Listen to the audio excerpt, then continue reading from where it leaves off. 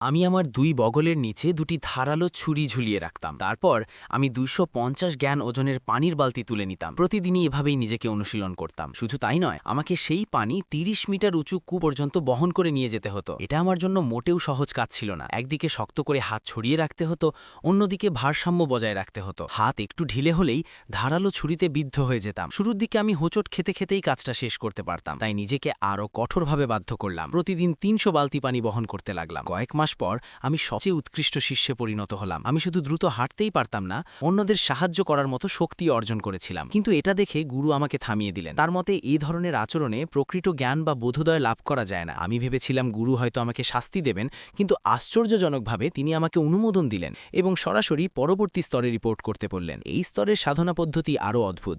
আমাকে কানে করে আবত্তের কাঠের মাছ মকফেস বাজানোর শব্দ শুনতে হবে, আর প্রতিবার আবত কাঠের মাছ বাজালেই আমাকে হাতুড়ি দিয়ে ঘণ্টা বাজাতে হবে। প্রথমে আমি খুব অসন্তুষ্ট ছিলাম।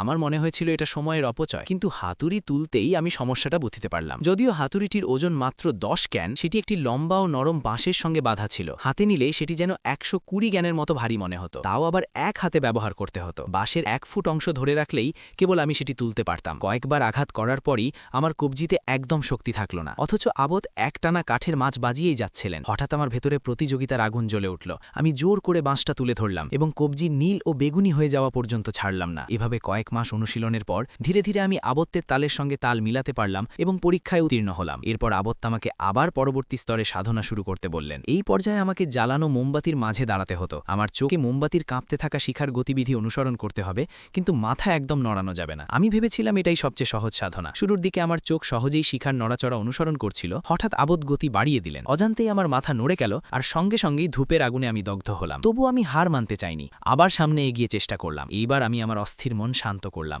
আবদ যতই গতি বাড়ান না কেন, আমি মাথা স্থির রাখতে পারলাম। এটা দেখে আবত্তের মুখে সন্তুষ্টির হাসি ফুটে উঠল।